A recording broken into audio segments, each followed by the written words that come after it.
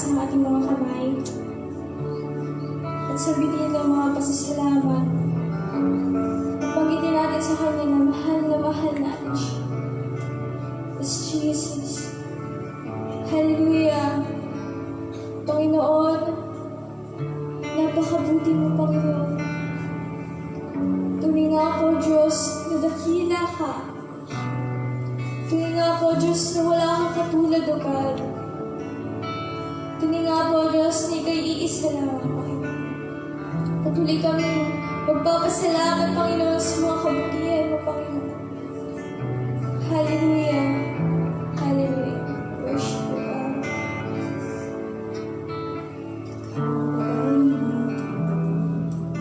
Bawat sandali at sa habang buhay ay nananatili.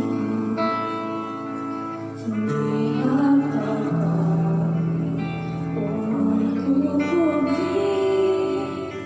Maging sa dilim ng gabi.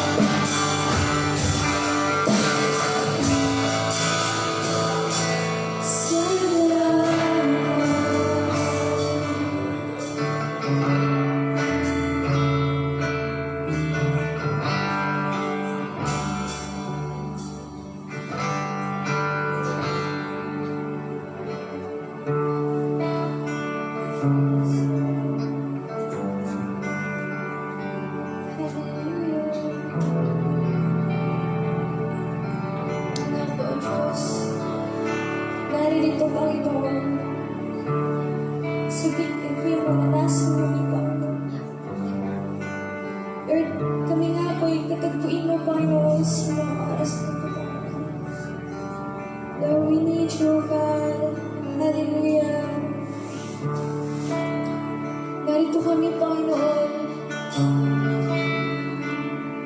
Tungkol sa lahat ng pagkisimulan.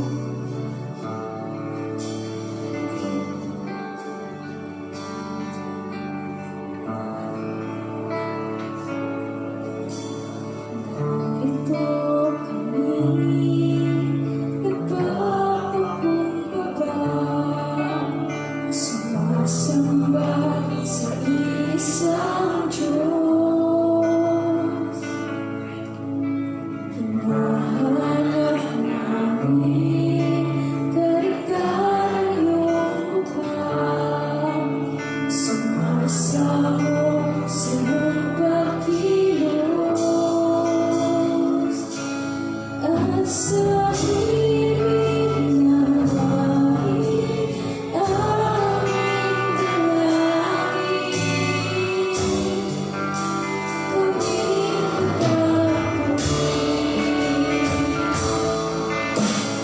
narito kami, nagpapakumbaba, sumasamba sa isang Diyos.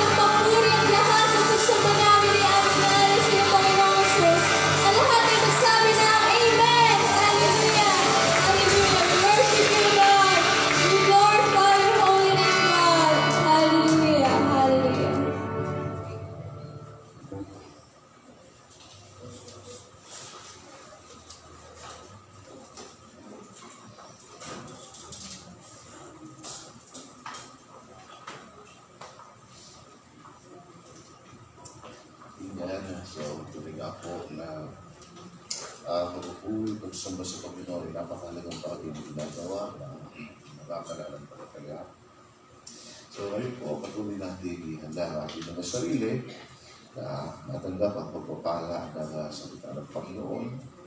At ngayon po umaga, dahil po tayo magapagbahagi, so patuloy po natin matanggap ang kanyang pagpapala sa pamagitan ng kapatid natin na magbabahagi ng salita ng Diyos. So tawagan po natin si Brother Jan Otampo.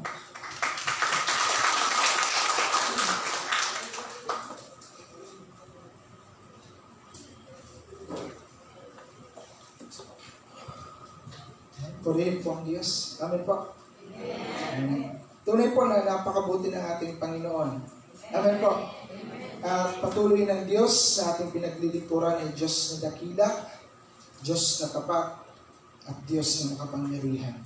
At patuloy na kanyang katotohanan ng kanyang salita ay hindi nagbabago. Kahit gano'n pa man po katagal na nag-exist ang Biblia, subalit palaging fresh yung pangungusap ng Panginoon kapag ating pong pinag-aaralan ng kanyang salita.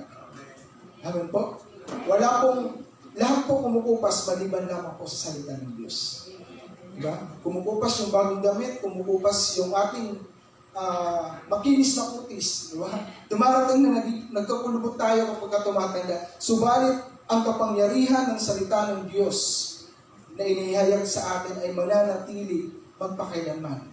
Kahit man po lumipas ang bawat isa sa atin at hindi pa dumating ang Panginoon, still, the word of the Lord is powerful and it changes the lives sa lahat ng patuloy na nagtitiwala sa kanyang salita. Amen po? Amen po? So, inaya ko pong lahat na tayo tumayo. At magsipagbukas po kayo sa akin o sa aking screen na po sa 2 Timothy chapter 3 verse 10 to 17. Pangalawang Timoteo, Kapitulo 3, versikulo 10 hanggang 17. Babasahin ko po sa Tagalog version. Sabi po dito, sundan niyo po kasi yung mga Biblia. Ngunit sinunod mo ang aking itinuro sa iyo, ang aking ugali at layunin sa buhay. Tinularan mo ang aking pananampalataya, pagtsatsaga, pag-ibig at katapatan.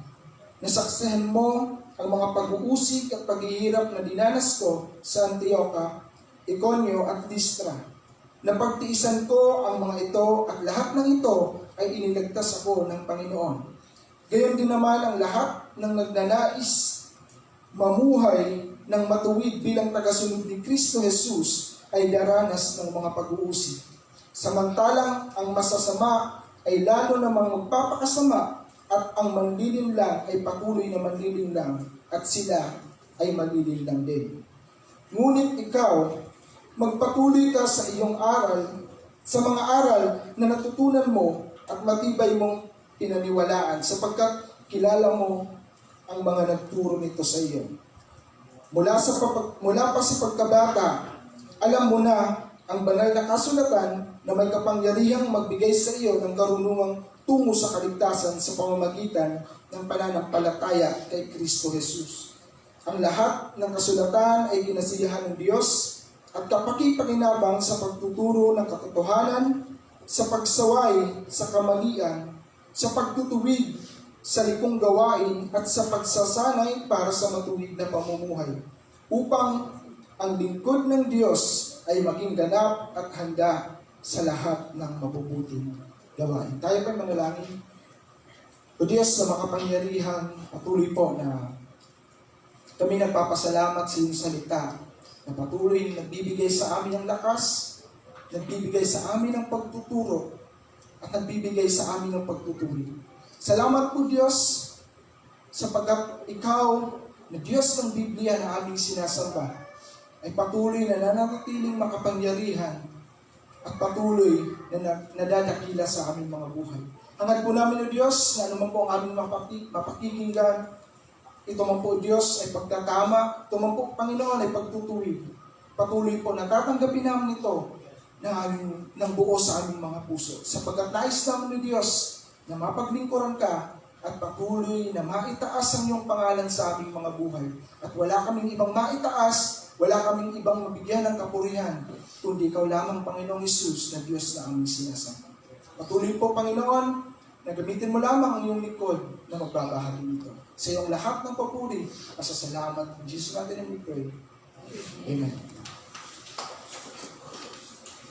Yan po. So, tunay po na ang Diyos natin pinaglilingkuran ay Diyos na tapat. Naniniwala po ba kayo doon? Amen po. So, nananatiling tapat ang Panginoon sa ating mga buhay. So, sa ating pong pag-uusapan ngayon is kung paano, how to remain faithful to our God. So, paano po tayo magiging tapat sa ating Diyos? Ano po ang kaparaanan? Tatlo lamang po ito. Subalit, napakaraming kaparaan kailangan gawin ng mananampalataya para siya manatiling tapat sa kanyang Diyos na pinaglilingkuran. Posible po bang maging totally faithful ang Kristiyano sa Diyos? Tanong po para sa inyo. Posible bang maging totally yung buong katapatan ng isang mananampalataya ay ibigay niya sa Diyos? Posible po ba yan? Yes or no? Parang wala pong pause. Nagtatanong po ako, hindi po yan. Diba? So, ang iba parang, dito lang po ako, neutral lang ako. Diba? Pero yes, it's possible. Pero dapat kinikilala natin kung sino yung Diyos na ating pinaglilingkuran. Ang tanong po, kilala po ba natin ang Diyos ng Biblia? Amen. Kilala mo ba yung Diyos na pinaglilingkuran mo? Amen po. Sapagkat po sa panahon natin ngayon, napakaraming pong Diyos. Sa panahon ng Biblia, kung babasahin po natin, sa panahon ng mga Israelita, ay napakaraming mga Diyos-Diyosan. Diba po? Yun po yung dahilan kung bakit humingi sila ng hari, kung bakit sumamba yung mga Israelita sa yung kay Moses, yung golden bull. Okay? Kung tama na. So, correct me if I'm wrong. Okay? At yun po yung dahilan kung bakit patuloy na tumatalikod ang mga Israelita sa Diyos na makapangyarihan. Ay dahil po napakaraming Diyos-Diyosan sa kanilang kapalibutan, sa mga Palestine countries. So, ganun din po sa atin. Ngayon po sa panahon natin, nasa technology generation na tayo. Napakarami pong mga Diyos na nais likhain ng tao ayon sa kanyang wanis. Diba? Yung sinasabi ng Biblia, ay tayo yung nilikha ng Diyos ayon sa kanyang wanis. Pero ngayon po sa panahon natin, napakaraming nagtuturo ng Diyos na ayon sa sariling wangis na nais natin gawin. Amen po? Naniniwala po ba kayo doon? May Diyos po na sinasamba na ang gusto lang nila yung Diyos na mapagmahal, pero ayaw nila ng Diyos na banal. Yes, mahal ako ng Diyos. Pero gusto ko yung Diyos na mahal ako, pero hindi ipupunto yung balik sa buhay ko.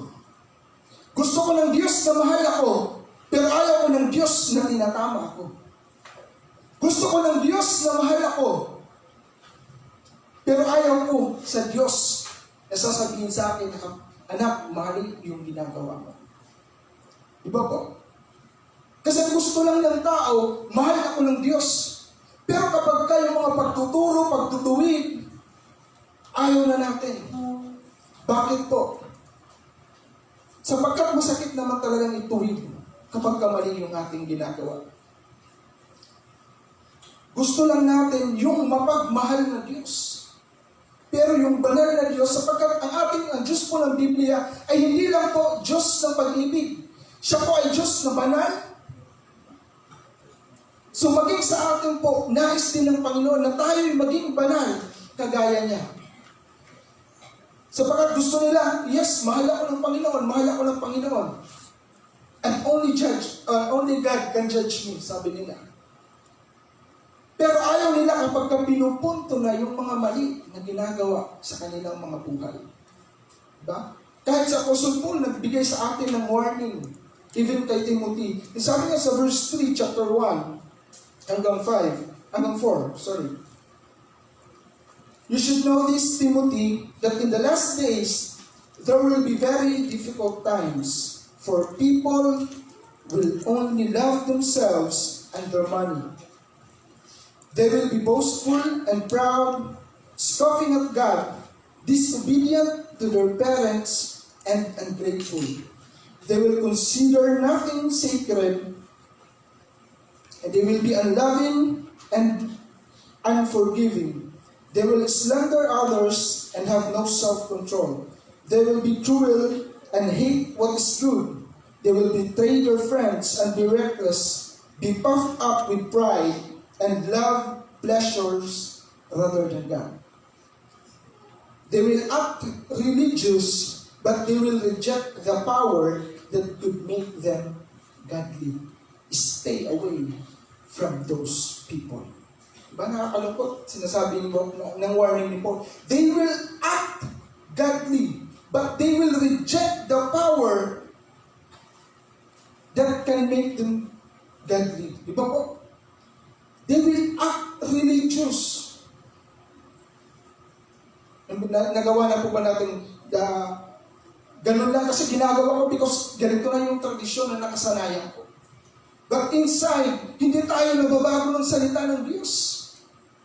Kung gusto mong makita yung pagbabago ng sa atin ng Diyos, patuloy na makita natin kung anong sinasabi ng kanyang salita. As a whole, ang Diyos natin, hindi lang mapagmahal ang Diyos. Yes, loving ang Panginoon, pero gusto niya na maging banal din ang kanyang mga lingkod.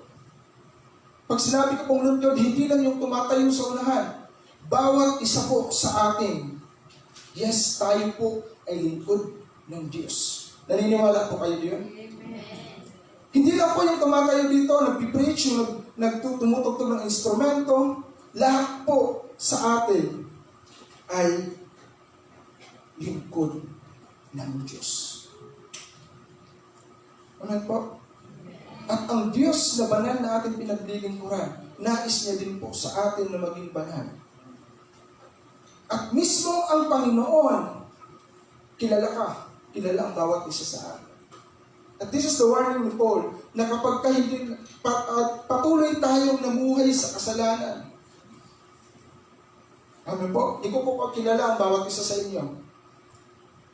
Pero po, kung hindi natin ititigil yung mga kasalanang ginagawa natin na hindi nakikita ng mata ng tao, subalit nakikita ng mata ng Diyos, one day, ito pong warning para sa atin, you will suffer the consequences of your actions. And one day, aanihin natin kung ano yung mga kasalanang pinagagawa natin. Tayo mismo ang aani ng kahirapan sapagkat hindi natin tinigil yung mga kasalanang ginagawa natin na tago sa mata ng tao. Ngunit hayag sa mata ng Diyos. So, sa atin po, bilang mga mananampalataya, patuloy po na ang bawat isa sa atin ay kinakailangan mag-desire sa ating mga puso na maging tapat sa ating Diyos na pinaglilingkuran. In every aspects of our life, hindi po pwede gusto kong maging tapat sa Diyos sa ganito, pero ayaw kong maging tapat sa Diyos sa ganito. Kundi nais ng Diyos sa buhay natin na buong buo ay maging tapat tayo sa Kanya. Amen po. Kung ganong nilalais ng partner natin, yung karelasyon natin sa mundong ito, napakalaki ng salitang katapatan pagdating sa ating mga karelasyon. Amen po. Kapag katapat ang ating partner, di masaya tayo. Gano'n pa kaya kapag naging tapat tayo sa ating Diyos? Sa ating katapatan, sa ating pagsunod sa Diyos, doon lamang po natin makikita yung favor ni Lord. Naalala ko yung book na binabasa ko before, is the Undercover na book. That obedience gives us freedom, but rebellion does not. Sa ating pagsuway sa Diyos, sa tingin po natin, nagkakaroon tayo ng freedom? No. Nagkakaroon tayo ng chains. Ginagawa natin na nagiging limitado yung ating buhay. Subalit kung sumusunod tayo sa Panginoon, sinusunod natin kung ano yung nais ng Diyos sa buhay mo. Hindi yung nais mo sa buhay mo. Di ba po? Minsan ba pag gumagawa tayo ng mga desisyon sa buhay, natatanong pa ba natin na, Lord, ito ba yung nais mo?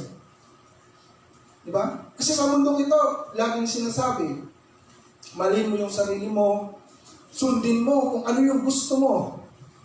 Di ba? Hanggat wala ang tinatapa ang tao, okay lang yan. Di ba? Pero hindi po ganun yung katuruan ng Biblia. Kapag ka po, ikaw tinanggap mo ang Panginoon ng buong puso, ng buong buhay, kailangan mo pong i-deny yung sarili mo. Kailangan natin i-deny yung sarili natin. And every decisions we make sa buhay natin, we always seek the counsel of the Lord. The Lord, ito ba yung kalooban mo para sa akin? Tatandaan po natin, wala pong magandang naidulot. Kahit sino pong tanong ng mananampalataya, walang naging magandang naidulot sa kanila ang pagsuway nila sa Diyos. Kahit sinong mananampalataya, tanungin mo, nung sila'y sumuway sa Diyos, ano ang nangyari? Di ba po, kaguluhan? Subalit sa ating pagsunod sa Panginoon, andun yung kalayaan, andun yung peace sa atin. Di ba? So, kailangan natin patuloy na manatili na tapat sa ating Diyos. I-desire natin sa ating mga puso na, Lord, nais kong maging tapat sa iyo. Na Lord, ngayon pa lamang po, nais ko nang gamitin mo yung buhay ko para sa iyong kaharian, para sa iyong kapurihan. So una po, nabibigyan kong puntos para malaman po natin kung paano tayo mananatiling tapat sa ating Diyos. Unang-una po, sa verse 10 to 14, sabi po dito, "But you, Timothy, certainly know what I teach and how I live and what my purpose in life is. You know my faith, my patience, my love, and my endurance." And in verse 14, sabi ng Apostle Paul, "But you must remain faithful to the things you have been taught. You know they are true, for you know you can trust those who taught you." Unang-una po, para po patuloy tayong maging tapat sa ating Diyos is to remain faithful to the teaching of Christ. Maging tapat po tayo sa kung anong katuruan ng Biblia. Marami pong tagapagturo, minsan sa mga awitin, kung aawitin natin, kung pag-aaralan natin yung mga lyrics na nilagay nila, minsan may mga lyrics na taliwas sa kung anong sinasabi ng Biblia. So dapat po patuloy na maging tapat tayo sa kung ano ang katuruan ng Biblia. Sapagkat ang Diyos na sinasamba natin ay Diyos ng Biblia at hindi lamang katang-isip. Diba po? Ito yung warning ni Paul doon sa binasa natin kanina sa chapter 3, verse 1 to 5. At patunay po na may malaking impact sa atin habang tayo nagiging tapat sa katuruan ng Biblia. There's a big impact kung sino po yung ating tagapagturo. May malaking impact sa buhay natin kung sino yung nagtuturo sa atin. Sapagkat wala nang mas nakalulungkot pa sa mga tagasunod ni Kristo na yung tagapagturo ay baluktot yung tinuturo sa katuruan ng Diyos. Amen po. Napakahirap na gusto mong sumunod sa Diyos, ngunit ang tagapagturo ay bulaan, propeta. Kung ano-ano yung tinuturo. Kaya nag-aaral tayo kung paano natin ini-interpret yung Bible. Sapagkat ang gusto natin is kunin kung anong galing sa Biblia at yun ang ibigay natin sa tao. At hindi yung kukuha tayo ng ideya natin at ituturo natin sa tao at hanap tayo ng verse sa Biblia at sasabihin natin, ito yung katotohanan ng Diyos. Napakarami po ngayon tagapagturo na kumukuha sila ng sariling ideya sa kung sino ang Diyos. Tapos ipapasok nila sa Biblia, kukuha ng verse sa Bible para sabihin, ito ay biblical. Nakakatakot po yung mga ganong katuruan. At maging po sa ating mananampalataya, meron po tayong tungkulin. Sabihin ko po sa inyo, hindi lamang po trabaho ng isang lingkod ng Diyos, ng pastor, ng tagapagturo, na kayo'y maturuan ng kanyang salita. obligasyon po ng bawat mananampalataya na pag-aralan ang salita ng Diyos. Amen po? Sapagkat habang tayo'y lumalalim sa kanyang salita, doon natin lalong mas maintindihan kung ano yung kalooban ng Diyos. Paano mo sasabihin na, Lord, hindi ko naman po alam yung kalooban mo. Sinasabi ng Biblia, ba? Isuko mo ang iyong sarili, Romans chapter 12, verse 1 and 2. Ihandog nyo ang inyong mga sarili bilang handog na buhay, kasiyasiya, at ipabago nyo ang inyong kaisipan upang malaman ninyo ang kanyang kalooban. Amen po. Dito po sa ating kaisipan, kung ano yung finifeed natin sa ating utak, yun din po yung magiging actions natin. And it's the responsibility of every Christian na pag-aralan mo ang salita ng Diyos. Diba? Pero napakarami sa atin, marami tayong excuses bilang mananampalataya. And I'm guilty as you are. Lahat po tayo guilty. Minsan sinasabi natin busy. Diba? Minsan sinasabi natin mahirap intindihin yung salita ng Diyos. Mahirap i-interpret ang salita ng Diyos.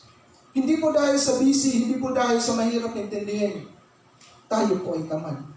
Tumas po ang kamay ng tamad. Wow, sipag. Di ba po? Sapagkat ang pag-aaral ng Biblia ay trabaho. Kaya, ang bawat isa nagiging tamad. Sapagkat hindi mo pwedeng maintindihan ang Biblia kapag kayong puso mo malayo doon, binabasa mo lang. Magkaiba yung binabasa sa iniintindi, sa pinag-aaralan. Diba? Hindi dahil mahirap intindihin yung Bible, talagang tamad ka lang. Don't be excuses na busy ako, Lord, kaya hindi ako makapagbasa ng Biblia. No, tamad ka lang. And you don't give time and you give priority sa pag-aaral ng salita ng Diyos. Hindi mo pwedeng sabihin na, Lord, kasi ganito, may ganito, may ganyan. Kaya hindi ako nakapag-aaral ng iyong salita. No, tamad ka lang. Na Lord, may trabaho ako panggabi. Ako yun. Hindi, tamad ka lang. Di ba po? Kaya nga natin mabigyan ng paraan yung social media, pagbabasa pa ng Biblia.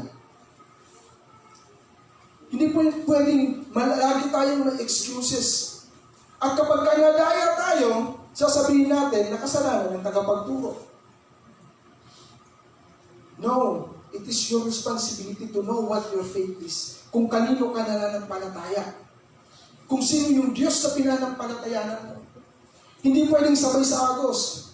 Patay na isda lang ang sumasabay yun. Diba? So, kailangan malaman natin kung ano yung pinanampalatayanan natin. Malaman natin, as makilala natin kung sino yung Diyos na pinaglilingkuran natin. Lalong-lalo na sa mga magulang. Kung hindi natin alam kung ano yung pinanampalatayanan natin, ano yung maituturo natin sa ating mga anak. Yung iba, hinahayaan sa cellphone para hindi na maingay. Hinahayaan maglaro sapagkat para hindi na maingay. Doon lang. Walang istorbo sa magulang. Diba? So, anong sasabihin mo kapag hindi ka nagbabasa ng Biblia? Tamad ka lang. Amen po? Don't make any excuses. Come on. Kailangan po sa mga mananampalataya, nandun yung ating urgency. Naiintindihan mo yung word na urgency. Yung kinakailangan gawin. Kung bakit hindi sinabi ng Diyos kung kailan siya babalik, kasi sigurado ng mga Kristiyano, magiging masipag 1 month after bumalik ang Diyos. Kaya hindi sinabi ng Panginoon kung kailan siya babalik, subalit binigyan tayo ng mga palatandaan. Para hindi ka mag-chill-chill lang.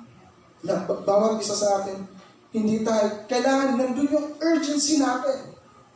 Bakit tayo nagpupuyat kapag may project tayong tinatapos, may pinag-aaralan tayo? Bakit tayo nagpupuyat? Bakit nagigising tayo ng maaga para pumasok sa trabaho? Because we have urgency on those things. Kailangan natin gawin, kailangan natin ma-please yung boss natin. Pero pagdating sa pag-aaral ng salita ng Diyos, wala yung urgency niya. Pwede naman sa aga. Diba? Pwede bukas, pwede mamaya. After nito, after ng ganito. Kasi wala yung sense of urgency ng mananampalataya na pag-aaral ng Biblia ay napakahalagang tungkulin ng bawat isa sa atin. At huwag po natin tayo po, sa ngayon, halos lahat sa atin may cellphone. Huwag po natin hayaan na social media yung magturo sa mga anak natin. Kasi sigurado ako, magre-reflect yun sa pag-uugali ng iyong mga anak. Kailangan po malaman natin yung katotohanan sa ating pong pagtuturo. Tinuturo dapat ng magulang sa kanilang mga anak ang katuruan ng Diyos, ang kaparaanan ng Panginoon. At hindi po natin hinahayaan na yung social media yung magtuturo sa anak mo. At maging sa mga youth natin, sa mga bagay na kinakailangan natin gawin sa buhay. Huwag niyo pong hayaan na social media yung magturo. Huwag kang manood ng mga devotional ng iba na nare-record.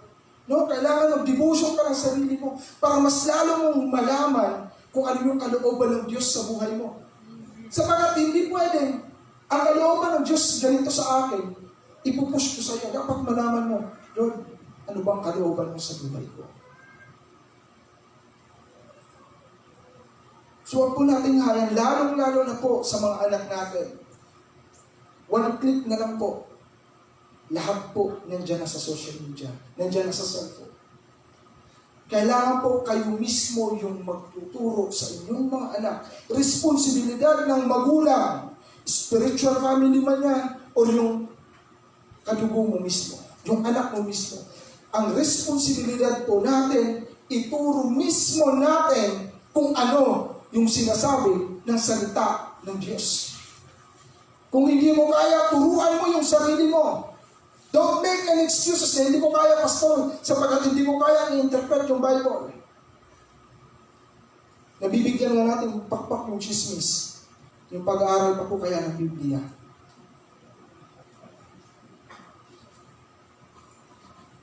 Sa atin po, any age, bata, matanda, turuan natin ang ating sarili na malaman natin kung ano yung katuruan ng Biblia. Kung sino yung Diyos na ating pinaglilingkuran at yun din po yung dapat natin ituro sa ating mga anak. Kung babasahin natin po sa first chapter ng 2 Timothy, doon po natin makikita na si Timoteo ay byproduct ng kanyang mga magulang, ng pananampalataya ng kanyang lola at ng kanyang ina. Diba po? Basahin ko sa inyo, in chapter 1, verse 5, sabi niya, I remember your genuine faith, for you shared the faith that Christ, the faith that first filled your grandmother Louise and your mother Eunice. And I know that same faith continues strong in you. So sa Timoteo po, nagdisipulo ni Apostol Pablo, ay naging byproduct din ng pananampalataya ng kanyang lola at saka ng kanyang ina. At maging po sa atin ngayon, sa ating mga magulang, it is your responsibility. Hindi mo pwedeng ibigay yung responsibilidad sa kung kanino man, sapagkat anak po natin yan. Kung hindi po natin alam, then you yourself should study the Word of God. Dapat matutunan natin pag-aralan yung salita ng Diyos. Hindi pwedeng sabay sa agos. Anong sabi ko? Isda, patay na isda lang po ang sumasabay doon. So, kailangan po na ikaw mismo turuan mo yung sarili mo. May lumalaki po bang katawan pag nag-gym once a day? 30 minutes. Nade-develop po ba yung katawan ng tao? Hindi. Maging po sa pag-aaral ng Biblia. Hindi pwedeng 1 hour in every Sunday, doon lang po tayo nakakapagbukas ng ating Biblia. Bahiyan po kayo. Maalikabok na yung ating Biblia sapagkat hindi nabubuksan. Hindi po pwede na patuloy na tayo nakikinig sa ibang tao kung anong tinuturo sa Biblia at tayo mismo ay hindi nagsusumikap para pag-aralan ang salita ng Diyos. What will happen to the next generation kung hindi natin ituturo kung anong tama sa salita ng Diyos? Kung paano silang mamuhay, kung anong kailangan nilang gawin. So I encourage every one of you, patuloy niyong pag-aralan yung salita ng Diyos. Huwag niyong sabihin, alam ko na yan. We are always an empty cup kapag lumalapit tayo sa Diyos. At ang Diyos yung pumupuno sa atin sa araw-araw.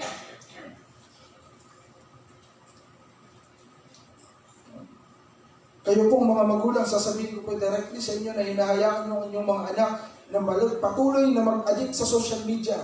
Please lang po, tigil nyo na. Mismo po ako nagsasabi sa inyo, walang maigandang maidudulot kapag kahinayaan natin ang ating mga anak na ma-addict lang sa social media. Even to the youth, sinasabi ko po ito sa inyo, huwag niyo pong hayaan ang inyong mga sarili ay mababad sa social media. Wala pong magandang maidudulot yan. Give time to study the Word of the Lord. At malalaman mo kung ano yung kalooban ng Diyos sa buhay natin. Maging sa mga ina, sa mga ama, di kayo accepted. Huwag kayong mag-aadik sa social media. Walang magandang maidudulot yan. Sinasabi ko po ito sa inyo, sapagkat one day makikita natin yung resulta ng ating ginagawa ngayon. Dapat nagiging consistent tayo sa pag-aaral ng salita ng Diyos. Kasi kapag sinabi kong nagbigay kayo ng 1,000 ngayon, ibabalik ng Diyos ng 2,000. Anong akala nyo sa Lord? Color game. Kapag sinabi ng pastor na kapag binigay ninyo ang lahat, kayo pagpapalain ng Diyos. Nagtubog na. Sabi sa Biko. Tandaan po natin kapag binibigay natin yung buhay natin sa Diyos. No, hindi tayo nag-expect ng return, ng reward sa mundong ito. Ang reward nandun. Amen po. Tandaan po ninyo, kailangan natin maintindihan sapagkat sa panahon po natin ngayon, kung ano-ano ang katuruan ang lumalabas. Kanina, nabasa ko isang pastor, nakapunta sa langit, kumuha pa ng picture para mapatunayan nakapunta siya. See? Nakikita niyo po? Pero maraming nauuto. Sabihin ko na po sa inyo, maraming nauuto. Bakit po? Because they are ignorant to the word of the Lord. Andiyan yung Biblia, pero nauuto pa tayo.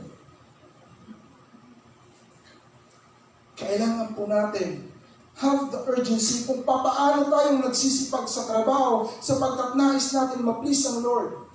Kung paano tayo nagsisipag sa trabaho para mag-provide yung pangangailangan ng ating pamilya, have the same urgency na pag-aralan ang salita ng Diyos sapagkat ang resulta nito ay pang-eternal. Ang resulta nito ay para sa buhay mismo natin. So ang bawat isa sa atin ay may tungkulin na malaman kung ano ang kalooban ng Diyos para sa atin. Studying your Bible mismo. Sapagkat napakarami po sa panahon ngayon na baluktot na katuruan. Subalit, napakarami din po ang nadadaya. Amen po? Hindi mahirap. Bakit? Anong rason kung bakit hindi natin mapag-aralan yung Biblia? Tamad ka lang. Sapagkat ang pag-aaral ng Biblia ay trabaho. Amen po? Hindi po yan nasasabihin mo, bibigyan ko lang ng 30 minutes para pag-aralan yung Bible. Hindi po ganun yun. So, consistent tayo na sa araw-araw, patuloy tayong magsasaliksik. Kahit na si Apostle Paul na yun nagtuturo. Sa Book of Acts, mababasa natin yung mga Berean. After magturo ni Apostle Paul, chinecheck nila yung scriptures. kung talaga bang yung tinuturo ni Apostle Paul ay ang katotohanan.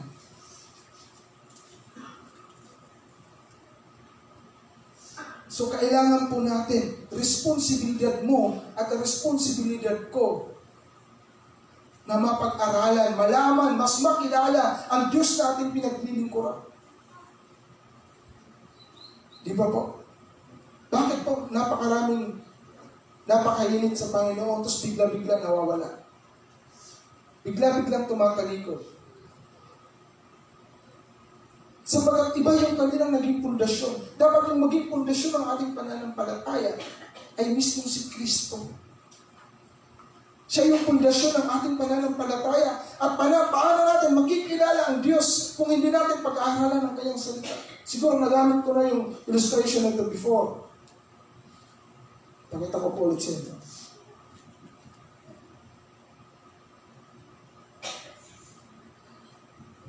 Ito po, sa ilalim ng aking kamay, ito po yung inyong pundasyon ng pananampalataya. Nakatayo po kayo. Subalit kapag binitawan, ay madaling natutumba. Subalit po, kung lalo tayong lumalalim, mas lalo po natin nakikilala ang Diyos na pinaglilingkuran po natin. Nagiging matatag po tayo na kahit sa anong agos, anong klase ng katuruan na baluktot sa kung anong sinasabi ng Biblia, magiging matatag po tayo nakatayo dahil malalim ang ating pundasyon sa pananampalataya. Subalit kung mababaw ang inyong pundasyon,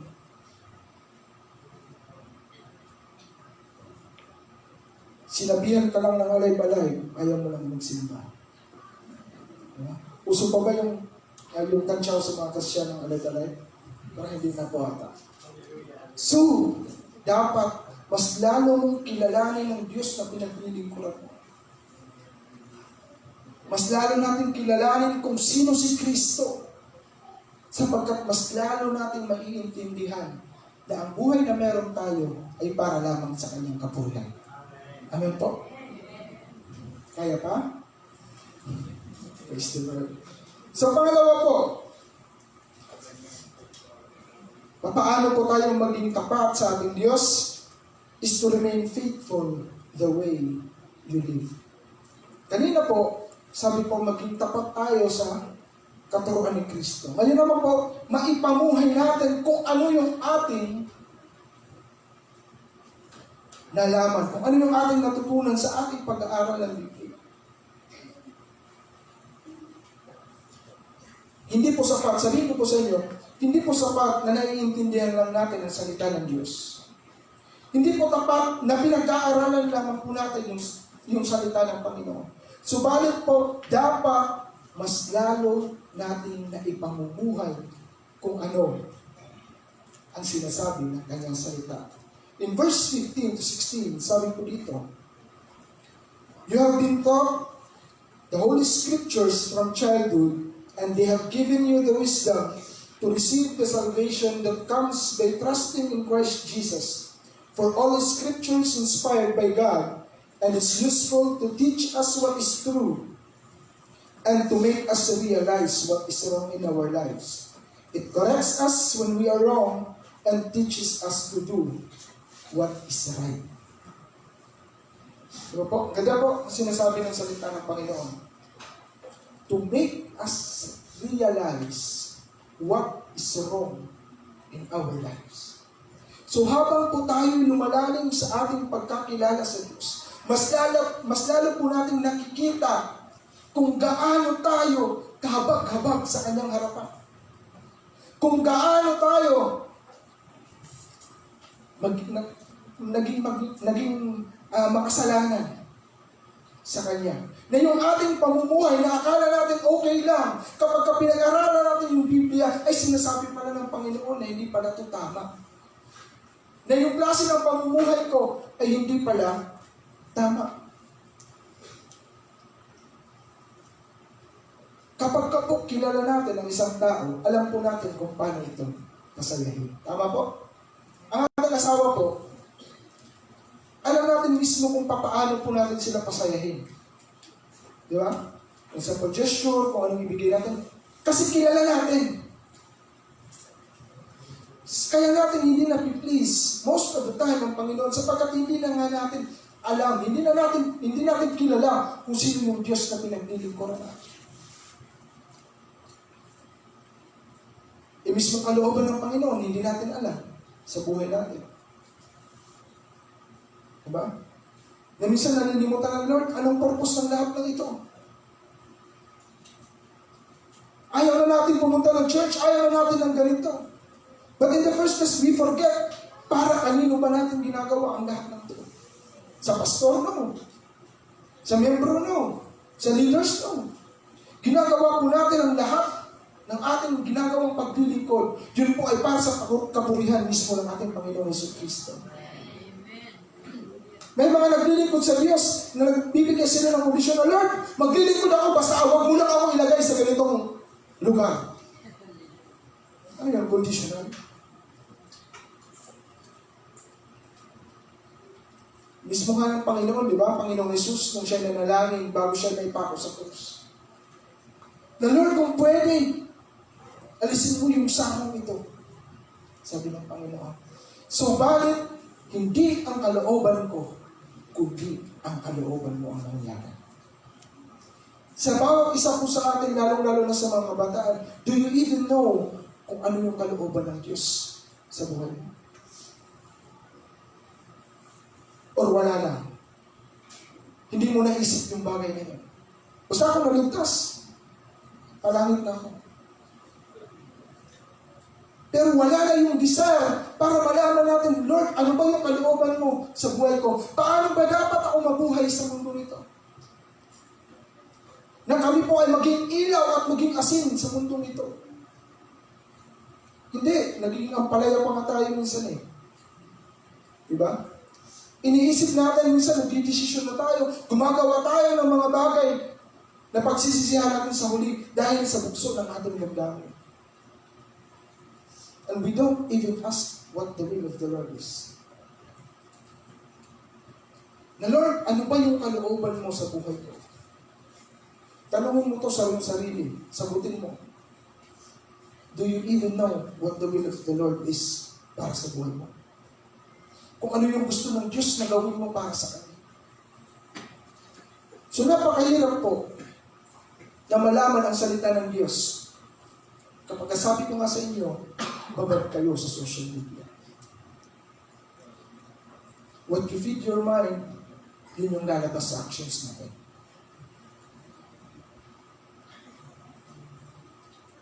Hindi po natin makikita yung resulta. Kapag after nito, tinamaan ako, pastor, mag-aaral ako. Kinabukasan, balik sa social media. May tinatawag ako nun, ginagamit ko, yung ningas ugol. Alam mo po yung ningas ugol? Sa una lang mainit.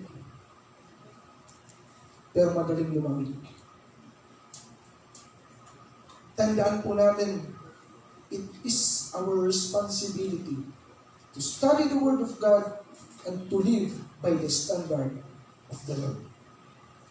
Na mamuhay tayo ayon sa kung ano yung sinasabi ng salita ng Diyos.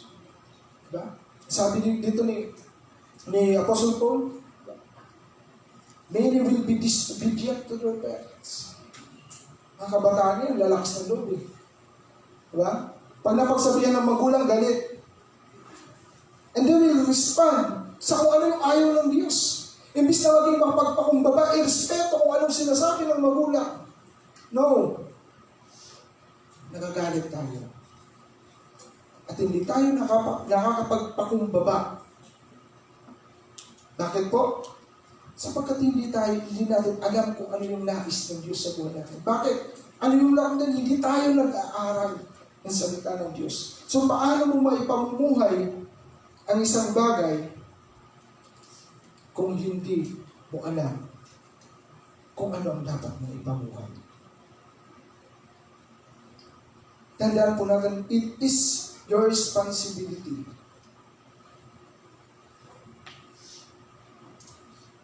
to study and live according to the will of the Lord sa buhay po natin. Sa lahat po na nandito, ask yourself, ano ba yung kalooban ng Diyos sa buhay ko. After this, nulis na naman, trabaho na naman. The same routine over and over again. Gigising na naman ng maaga sa pagkapasok sa trabaho because it's urgent. Trabaho yun eh. Pero sa buhay ng ating pagsunod sa Diyos, wala yung urgency na yun. Dapat malaman natin yung urgency na yun. Na sa araw-araw mabuhay tayo ayon sa kalooban ng Diyos sapagkat anytime darating ng Panginoon. That's why hindi niya sinabi eh. Tayo pag may deadline, talagang nagagahol tayo, nabibisi.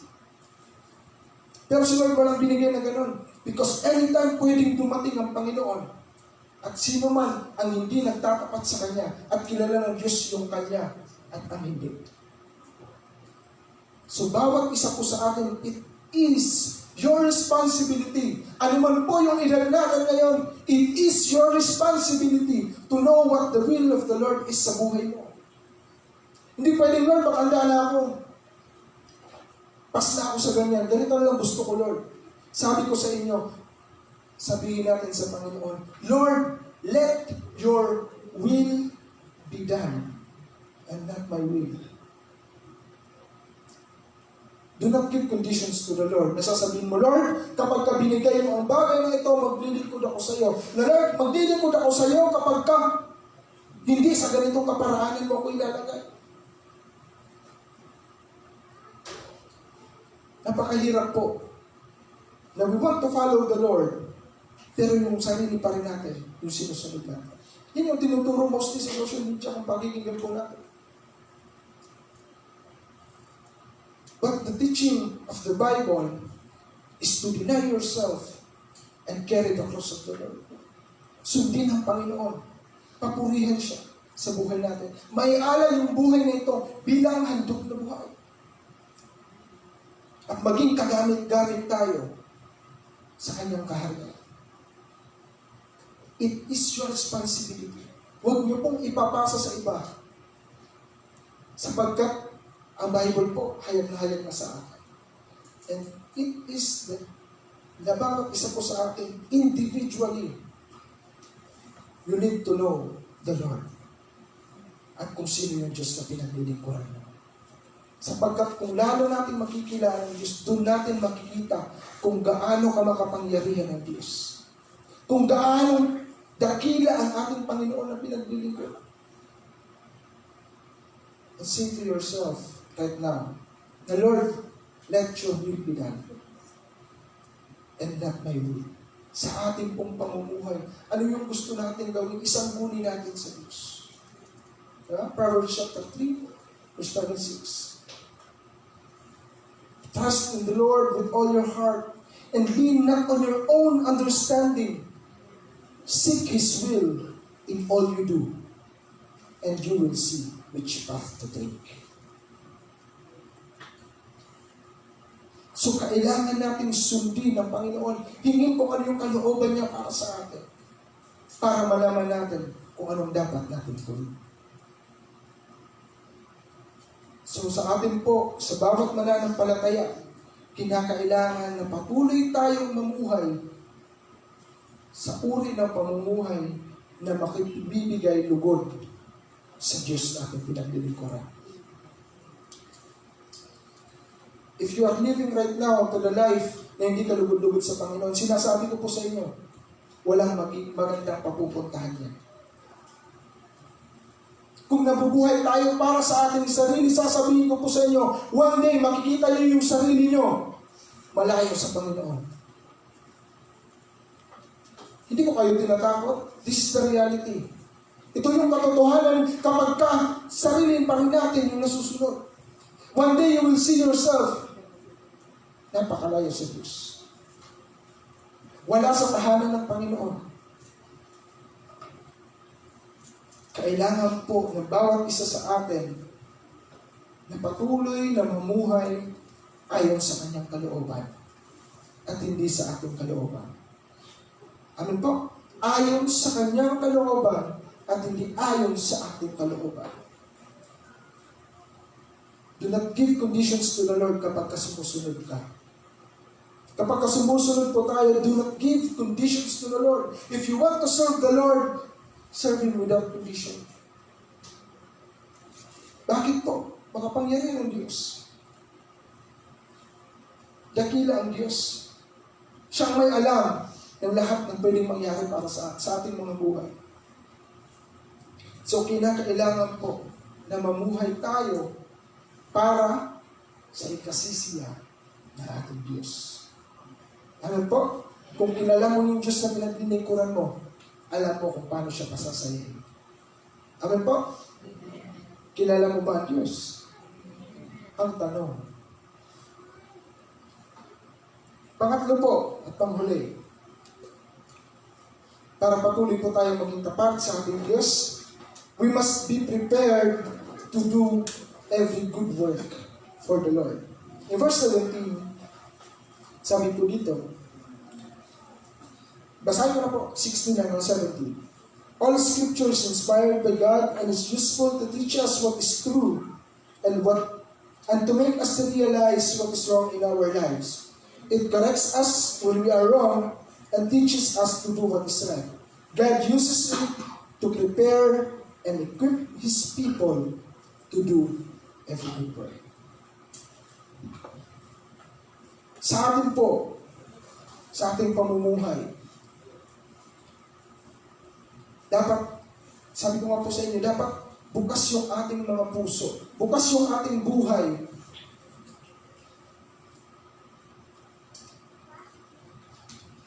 para sumunod sa Diyos. So, kinakailangan po na maging handa ang bawat isa sa atin. When you meet the two conditions, na kailangan mo makilala ang Diyos na pinaglilingkuran mo at maipamuhay ang Kanyang salita, dapat maging handa tayo magpagamit sa kung ano ang nais ng Diyos para sa buhay natin. Kailangan handa ang bawat mananampalataya na, Lord, here I am, send me, Lord, gamitin mo ako sa iyong kaharian.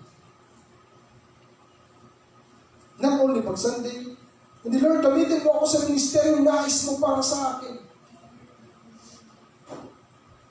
Karamihan natatakot sa ministry. Kasi ayaw ibigay yung oras sa Panginoon. Gusto lang natin yung mga gandang bagay, pero yung mahihirap, ayaw natin.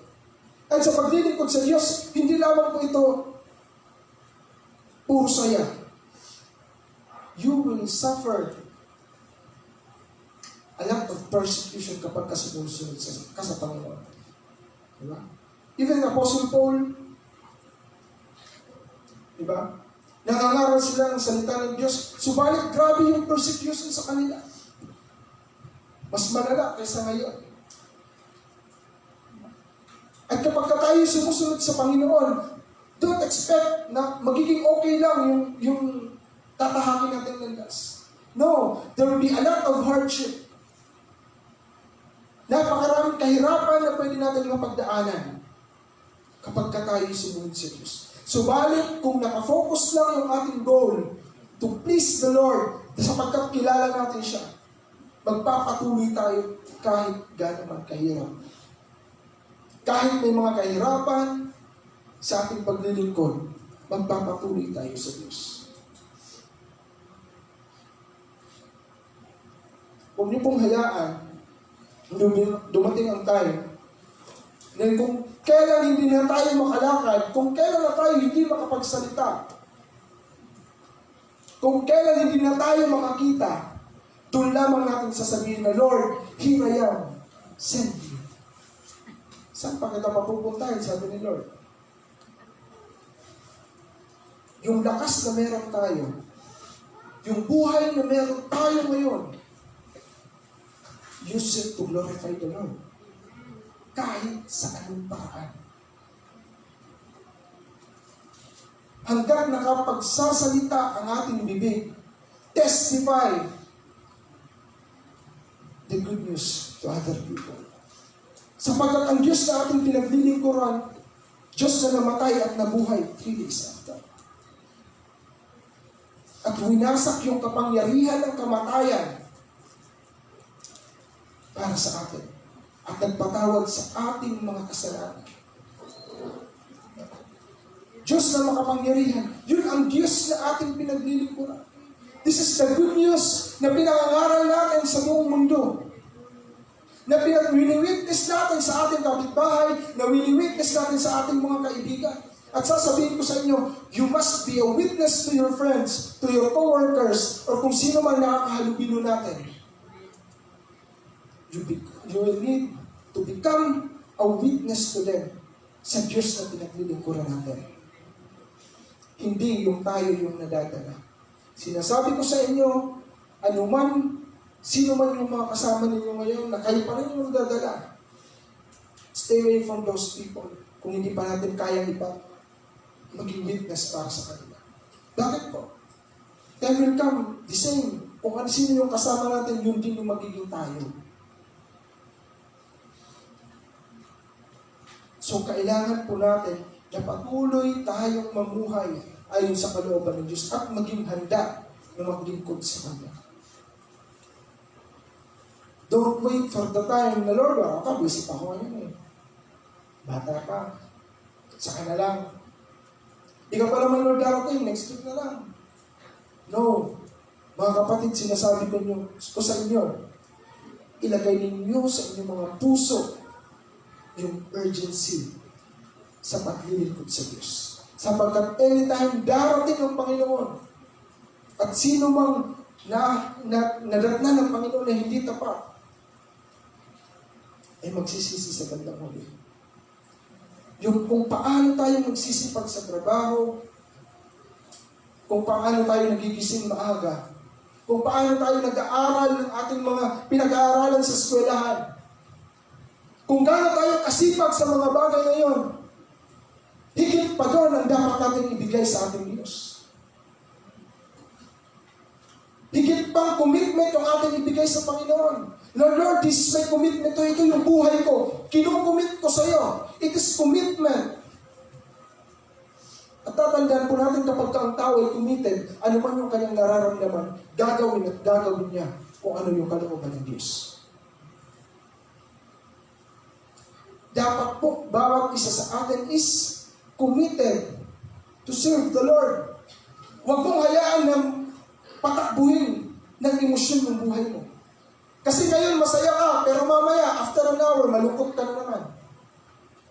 Nung masaya ka, sasabihin mo sa Panginoon, Lord, maglilingkod ako. Nung sagana ka, sasabihin mo, Lord, maglilingkod ako. Pero nung kahirapan na, wala na. Bakit po? Sapagkat hindi commitment, bugsog na ng dami. So bawat isa po sa atin, commit your lives to the Lord and have the urgency to study, to live, and to follow the will of the Lord sa buhay mo. Pagkat anytime darating ng Panginoon, kaya hindi nagbigay ng schedule si Lord eh. So that we will have that urgency to obey His word. And maging po sa atin, sa mga warnings, sa mga palatandaan ng pagbabalik ng Panginoon, kailangan po natin patuloy na magsaliksik, patuloy na mag-aral, sapagkat napakaraming mga bulaang propeta sa panahon na ito na magtuturo ng mga katuruan masarap sa tenga. Diba? Sabi dito ni Apostle Paul sa chapter 4, verse 3 to 4. Sabi niya, for time is coming when people will no longer listen to sound and wholesome teaching, and they will follow their own desires and will look for teachers who will tell them whatever their itching ears want to hear. And they will reject the truth and chase after myths. Sa Tagalog po, basahin po natin sa Tagalog.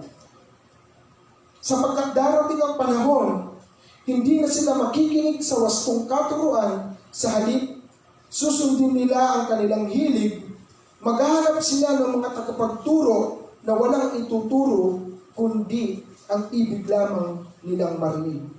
Hindi na sila makikinig sa katotohanan, sa halip ay ibabaling ang kanilang pansin sa mga kathang-isip. Ito yung warning ni Apostle Paul. Na darating yung panahon na may mga mananampalataya yung gusto lang nilang marinig, yung mga bagay na gusto lang nila. Gusto lang namin ng mga pagpapala, gusto namin ng mga kayamanan. Blessings dito, blessings doon. Yun yung tinuturo.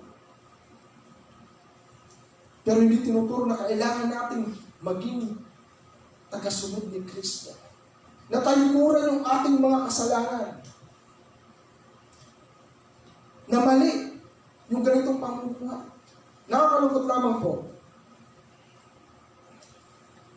Nakakalungkot lamang po sa panahon ngayon na kahit sa Christian community, ina-accept yung mga bagay na parang okay na yan. Yan yung kinalakan.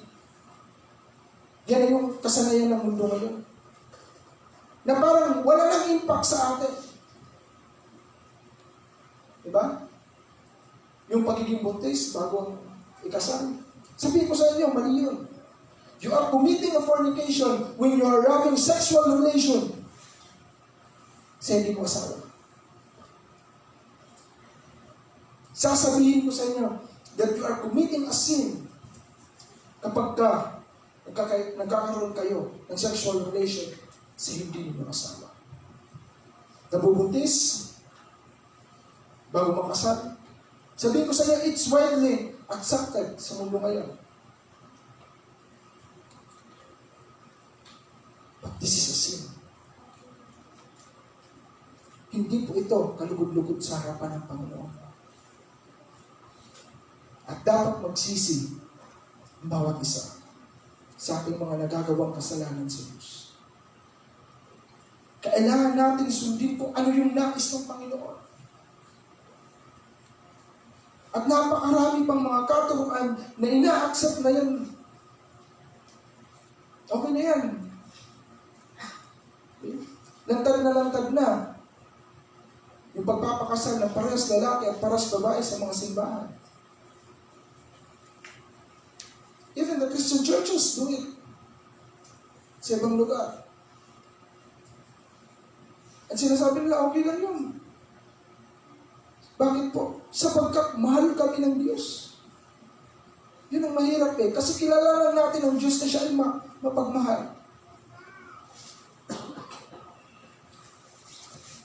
Kaya mga kapatid, sinasabi ko sa inyo, napakahalaga na pag-aralan ng bawat isa sa atin ang salita ng Diyos. Don't be ignorant sa kanyang salita. Kailangan mong matutunan, kailangan mong maintindihan upang mas lalo pa natin masunod ang ating Panginoon. Kung mas kilala natin ang Diyos, diba? So, sinasabi ko po ito sa inyo, kahit gaano pa po katagal natin sa church.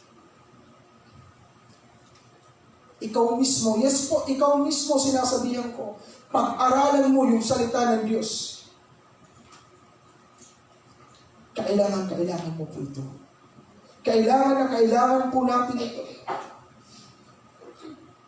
And always seek the will of the Lord sa buhay natin. Don't make any excuses. Huwag mong sabihin mahirap, sabi mo kanina. Hindi po mahirap. Ano pong rason?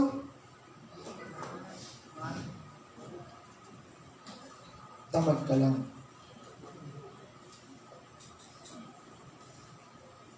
Hindi po dahil sa busy. Ano rason? Tamad ka lang. Kung gusto po natin patuloy na masunod ang kalooban ng Diyos, then do it. Have the urgency na pag-aralan ang salita ng Diyos. Have the urgency na maipamuhay ang salita ng Diyos. And have the urgency na maipagamit ngayon mismo sa Diyos ang buhay mo. Hindi bukas, hindi mamaya. Ngayon mismo, commit yourself to the Lord at sa Kanyang gawain. Huwag kang magbigay ng kondisyon kung paano mo sundin ng Diyos. And tell yourself, the Lord, my life is for you. Let your will be done without any conditions. Kung saan mo ako nais ilagay, Panginoon, susunod ako. Kung anong nais mong ipagawa sa akin, Lord, susunod ako.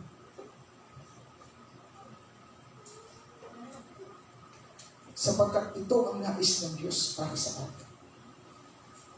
Mga kapatid, sabihin mo sa iyong katabi, maging kagamit-gamit ka sa gawain ng Panginoon.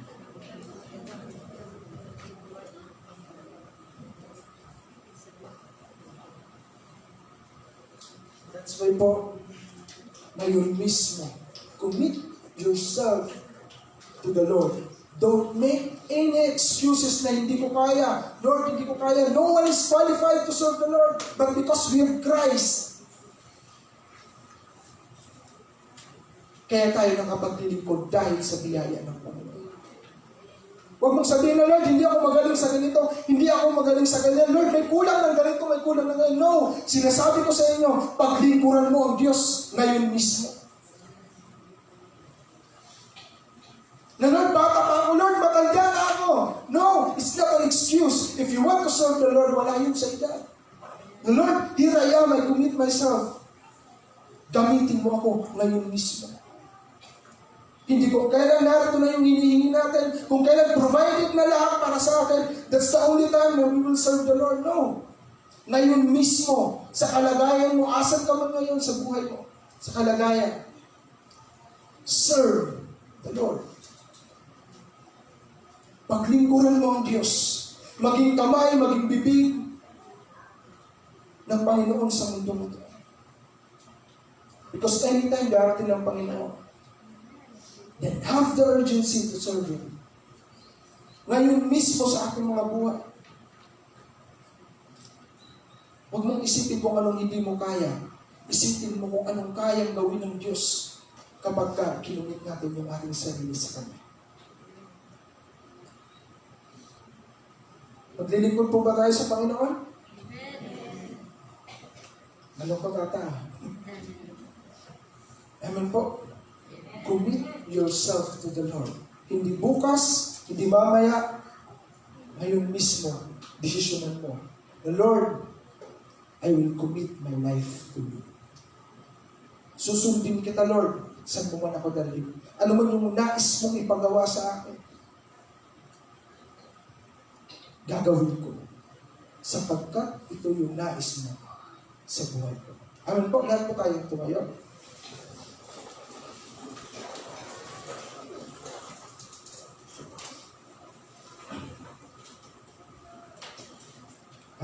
Patuloy po na tayo'y lumapit sa ating Diyos na ayon sa ating napakinggan, nakatotohanan ng Kanya.